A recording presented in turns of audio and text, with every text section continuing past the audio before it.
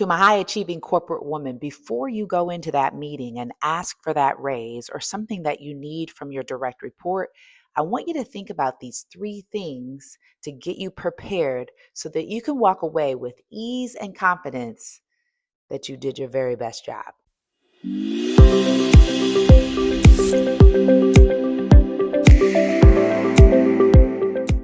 High achieving corporate women who are successful are women who are psychologically aware. They don't have to have a psychological degree or spend a whole bunch of time in psychology. They just are emotionally intelligent and they have structure around that and they do the research. At the end of the day, it is really learning how can you learn more about the other person? How can you make them feel seen, heard, and valued in a way that respects the other person? I understand we're all different. We all have different makes. Some people are a little bit more empathetic, some people are more logical.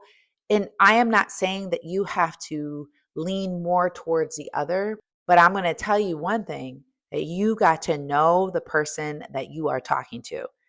That is a bottom line factor. And it's less about always the logical part, but really understanding their fears and what they might be trying to protect. Because at the end of the day, that is the thing that will change a person's mind. Now, I'm not saying you have to play a game. I'm saying that you just have to be a human that's relating to another human. And the only way you're going to know how that human relates is by engaging with that person, really leaning in to what it is that this person likes and how they feel seen. And that is how you have great relationships in your personal life, your professional life, because personally, I believe it's all the same. You can't put someone in a box. And I know that my people who are in these personality tests like predictive index, Myers-Briggs, and all the things will say it's this, X and Y equals this. And it's not always that easy. But I do know that if you are the person who is willing to take the time to be able to understand the person that you are speaking to, you will get results hands down. So before you go into the meeting, here are the things I want you to do in doing your research to learn more about this person. And I'm just telling you, some people are like, I am not going to do all that because, well, that means that you're just not a high achieving corporate woman. You're not, and you're not willing to take the steps to do that. Because at the end of the day, it is really about respect. It's respecting yourself and respecting the other person to be able to get to what you want to do.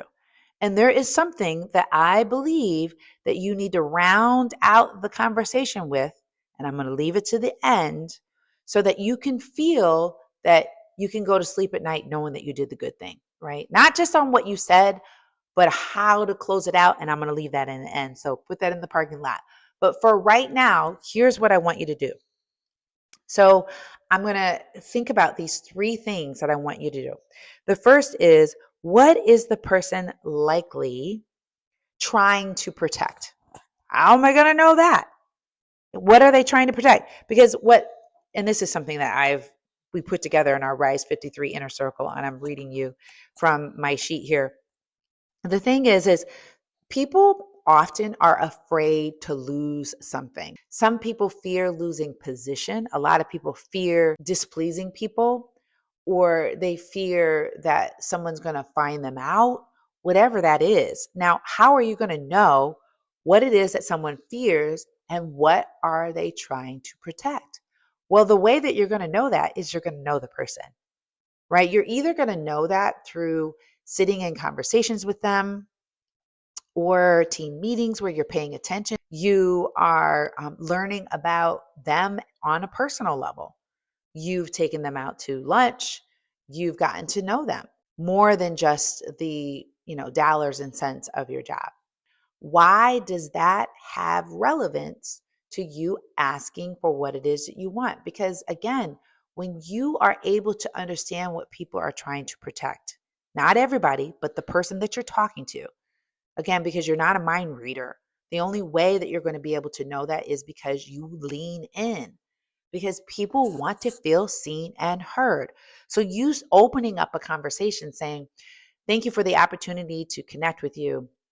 And I just right around want to say, I'm so grateful for you doing your job and doing it well. You're highly respected. And, whatever it is that allows the other person to feel seen. Oh my gosh, that is a game changer.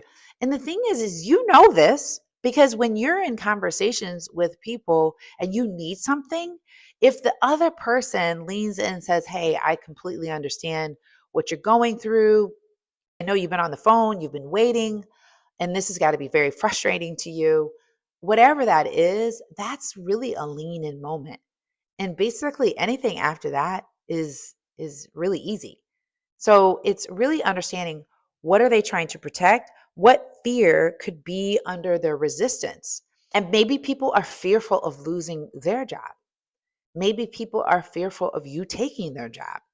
Maybe people fear that you sound smarter than them.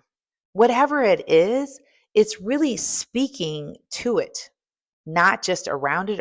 Because the more direct you are about that, the more that you can clear the clutter, right? And it's not really, again, it's not assuming, it's not trying to, kind of put yourself in some side of psychological thing, but it's really getting very clear. Clarity is so important, and being able to speak to that is so freeing. And then the third part of what I really want you to understand is how strongly you believe in what it is that you're asking for, right? Because when you're clear and strong in what you believe and you're able to speak with clarity and open up the air and have these conversations and difficult conversations and being aware of what's really going on, you are changing everything, and people are going to listen to you. They're going to lean into you. You have already commanded the room. When I have done something really, really well, the way that I know I've done it really, really well is because I've done my research. I'm willing to take away my ego that says I need to be right about the situation. It's just really speaking to the situation, really understanding that emotional impact that people have, and doing my research about what it is I know I'm capable of. And then you can do the logical side. It doesn't come before you do the other trust building, fear mitigating, and going through that deep analysis. And then the final crescendo is that when you present all of these things and you share your case, here's what it is you need to do at the end. You need to let it be. You need to do a follow up, write it out, share it, and let it be. Let it sit on that alone, on all the merit that you've put into that. And that's it. Right. And of course, you're going to follow up, but you don't need to over explain it, under explain it, but you just need to be clear, specific, and let it go. If for some reason there seems to not be a budge in the situation, or nothing shifts or nothing changes after you've done your due diligence and you followed up, then it's time to move to the next session. But for right now, this is what we need to do. Is this making sense to you? I certainly hope so, because this is something I know a lot of people struggle with. I know this might be difficult to do on your own. Grab our 3-part audio series called How to Unlock Your Authenticity Code that'll get you inspired, get you encouraged to do the thing. All right. We hope this was helpful to you. We look forward to seeing you in the next video.